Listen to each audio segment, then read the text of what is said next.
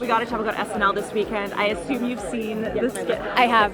In season 1, Just breathe. Sophie learned how to hunt, but there's room for lots more sensual teaching. I've never made chili before.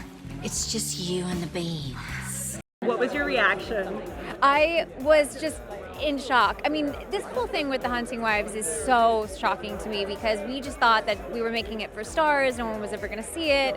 We'll just hope for the best. And now that it's become what it has, it's just, I'm so grateful and just like overwhelmed. And Chloe Fineman did an amazing job encapsulating me and getting my voice right. I was like, I do sound like that. Pulp. Amy, the whole cast. Did you see it in real time or did your phone blow up the next morning? I saw it in real time. I got a source that told me to watch, and it was really special to get to watch it as it was happening. So cool. Any chance of inviting them to maybe a cameo on season 2? Gosh, I would love that. I would love Chloe to be on it. And I mean, obviously Amy Poehler, I just want to follow her around for a day. But we always had a pie in the sky idea that maybe Aubrey Plaza would be a part of the show. So seeing her in the skit was very strange. So we're hoping one day. I could see that. I could see that too. I was also pitching the idea of maybe Patricia doing a little cameo season 2. What would she play if she were to roll up to set?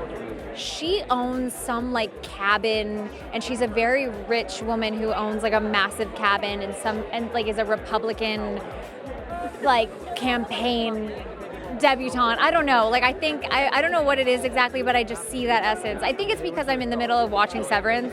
I'm like, there's some interesting things that we can get into play. I think let's this is season 2, season 3. We got a whole lot to work I think on. she's rather busy, but This is also true.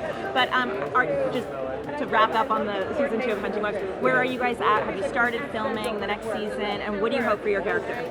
we go back in a few weeks actually, so we're right around the corner, and I just hope that Sophie makes any good decision. Just one good decision, one where she is not a dummy and following Margot around. So I'm hoping the best for her, but we'll see. I doubt it, to be honest, because it keeps it interesting. Exactly. Like, kind of, I hope she doesn't. Yes, because then we have a good story. And then we'll have more seasons. But then I read it and I'm like, why? I'm working on the story. The Murdaughs have a history of trying to cover things up. You happen to run into any of Mr. Ellick's medication? And you think he's taking it again? What else is there that I don't know about? You got to have each other's backs. Family first. To more chilling things, this story, oh my gosh, what a project to take on. What a dark subject matter, a real life story, of course. How did you decompress when you were finished your scenes? We always were at the forefront of our minds knowing that this was a real life story with real victims, and we had at the forefront of our mind that really this story was about giving voices to the victims. It was something that we really talked about before we shot. A lot of our scenes we had moments of silences and brought awareness to Stephen Smith's case and Mallory Beach's case, and I really loved that's what Aaron Carr and Michael D. Fuller did with this whole show, is that they made sure that this was a victim-focused show. But at the end of the long day, it was really nice that I got to like hang out with Mandy, who I'm really playing. That was cool. It was cool to just pick her brain. It's also great that we get along so well, and that was really such like a refreshing part of the whole experience. What did you learn about the rest of the people in this community as you got to know them through your castmates?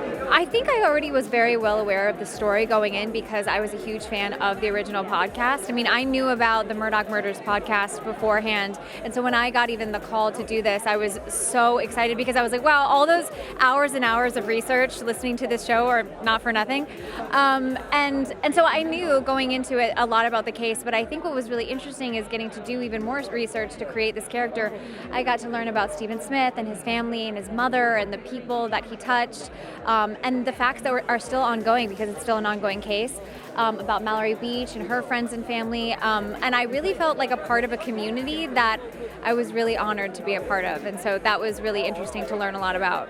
I love that you were already following this from the get-go. So you're Oh, like the so rest of much. us, listening to all the true crime podcasts. I'm a huge fan of true crime, to my detriment. Sometimes I'm like, what am I doing with my life? Sorry, trying to like solve all these crimes. Like I'm actually going to get anything done. And this was the first time that actually this was helpful. There you go. It's just research. It's all It's all just research.